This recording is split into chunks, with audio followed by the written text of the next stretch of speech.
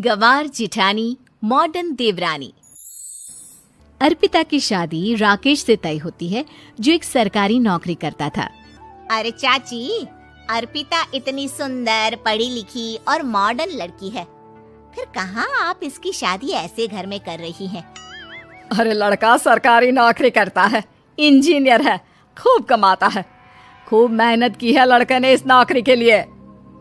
अर्पिता भी राकेश को पसंद नहीं करती थी, लेकिन पिता ने हाँ कर दिया तो शादी के लिए मन मारकर तैयारी कर रही थी। हाँ माँ, चाची ठीक ही तो कह रही हैं। पता है मेरी सहेलियों के पति कितने मॉडर्न हैं। अरे देख बेटा, तू मॉडर्न है ना, वो पढ़ने लिखने वाला गांव का होनहार लड़का है, तू जैसा रखेगी रहेगा। अब तक कोई उसकी केयर करने वाला नहीं था, है तो सिर्फ एक भाई भाभी, और माँ पिता तो गांव में ही रहते हैं। अर्पिता का मुंह बन जाता है। वो पिता के फोन से राकेश का नंबर लेकर उसे मिलने के लिए बुलाती है। आज तो मैं उसे साफ साफ मना कर दूंगी, मुझे नहीं करनी शादी। शक्ल देखी है ना, कपड़े पहनने का तरीका है ना बोलने का। अर्पिता राकेश से मिलने जाती है। अब क्या हो गया, आपने मुझे अर्जेंट मिलने को बुलाया, सब ठीक तो है ना? हाँ सब ठीक है, पर मैं आपसे कुछ कहना चाहती हूँ। आप ना इस शादी से मना कर दे। राकेश की आंखें अर्पिता की इस बात से लाल हो जाती है। वो रोंधे गले से कहता है, लेकिन शादी की सारी तैयारियां हो गई हैं। मैंने आपके साथ एक अच्छे भविष्य का सपना भी देख लिया है। ऐसा मत करिए प्लीज।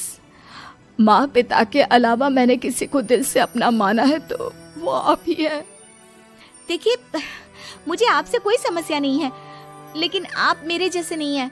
मैं मॉडर्न लड़की और आप। मैं आपसे वादा करता हूँ, जब तक आपके लायक नहीं बन जाता मैं कभी आपसे बीवी का हक नहीं मांगूंगा। अर्पिता राकेश का प्यार देखकर पिघल जाती है और शादी के लिए हाँ कर देती है। दोनों की शादी हो जाती है, लेकिन शादी के बाद राकेश की भाभी, जो कि पूरी देहाती थी। ए राकेश, उठ, जब पानी भर कर ला और तेरी बीवी को बोल के चूल्हा लगा दिया है, रोटी बना ले। क्या है ये सब? और तुम्हारी भाभी इस तरह चिल्ला क्यों रही है? क्या करूं, भाभी ही खाना बनाती है और मुझे पढ़ने के लिए इस घर में रखा, तो मैं घर का सारा काम कर देता हूँ। अब तुम आ गई हो, अपने तरीके से देख लो। ये मकान तो तुम्हारे पापा ने बनवाया था ना, शहर में, ताकि बेटा पढ़ाई कर सके। हाँ, पर भाभी ही पूरे घर में रहती है। ठीक है, देखो अब। अर्पिता बाहर जाती है। सूट पहनी अर्पिता को देखकर जेठानी का पारा हाई हो जाता है। ए शहर की हीरोइन, यहाँ ना चलेगा ये सब, समझी? साड़ी पहनो, साड़ी। वो नारंगी वाली निकाले हैं तुम्हारे लिए, जिसमें हरे रंग का फूल बना है, और सीधे पहुंचो रसोई में। मेरे आगे नहीं चलेगा ये सूट बूट का नाटक, समझी? देखिए भाभी, आप बड़ी हैं, आपने राकेश की पढ़ाई में मदद की, लेकिन ये मकान इनके पिताजी का है, तो मैं अपना पोर्शन अलग कर रही हूँ। मैं आज से आपके साथ नहीं रहूंगी। जेठानी का तो मानो पारा ही हाई हो जाता है। और ऐसा कैसे नहीं रहेगी? हाँ, और कौन बोला कि राकेश अलग हो जाएगा? वो अपने भाई के बिना नहीं रहता। आज देखिए तो, देखिए कल के आई छोरी क्या बोल रही है। राकेश के साथ बात हो गई है, मैंने ऊपर का हिस्सा राकेश को दे दिया है, उसके अपनी जिंदगी शुरू हो रही है, तो अच्छा है ना कि अब रसोई भी अलग हो जाए। अर्पिता राकेश की ओर फक्र से देखती है कि उसने अर्पिता के लिए स्टैंड लिया। अर्पिता बाजार में जाकर सारा रसोई का सामान ले आती है। पिता के दिए सामान से घर सजाती है और अपने तरीके से पूरे घर की सजावट करती है। शाम को राकेश ऑफिस से आता है। कुर्ता पैजामे में राकेश को देखकर, अरे ये क्या पहना है? भाभी सिलती है ना कुर्ता, मैं सारी कमाई भाभी को ही दे देता हूँ। लेकिन अब ना बीवी को देना होगा, क्योंकि भैया भी अच्छी नौकरी करते हैं। भाभी अपने पति का पैसा संभालें और मैं अपने पति का पैसा संभालूंगी। तभी भाभी आ जाती है। अरे देखो, बहुत हो गया। हाँ, अलग रहने तक तो ठीक था, लेकिन पैसा हम एक फूटी कौड़ी नहीं देंगे। बचपन से तुम्हारे पति को हमने पाला है, उसका हिसाब दो। अच्छा, हिसाब चाहिए? कितना पढ़ी हैं आप जो आपको हिसाब चाहिए? बड़े भाई हैं उनकी, जिन्होंने उन्हें पढ़ाया लिखाया, वो हिसाब मांगेंगे तो जरूर दे दूंगी भाभी। अरे देख, हाँ, अगर तूने पढ़ाई की है तो मैं भी अंगूठा छापना हूँ। अरे 5 की क्लास तक पूरी पढ़ाई की है, समझे। वैसे भी कल इन लोगों के माँ बाबूजी आ रहे हैं गांव से, वही लोग ठिकाने लगाएंगे तुझे। अगले दिन सास ससुर आते हैं, दोनों बहुत ही सीधे लोग। अच्छा किया जो ऊपर के हिस्से में राकेश की गृहस्थी लगा दी। अब दोनों बेटे अपना अपना देख ले। छोटी बहू कहाँ है? अरे बहुत ही चालाक है माँ जी, ऐसी जबान चलाती है जैसे दर्जी कैंची चलाता है। वैसे बहू तुम भी कम नहीं थी। और सुनाओ। तभी छोटी बहू सास ससुर के पैर छूकर उन लोगों को चाय और नाश्ता देती है।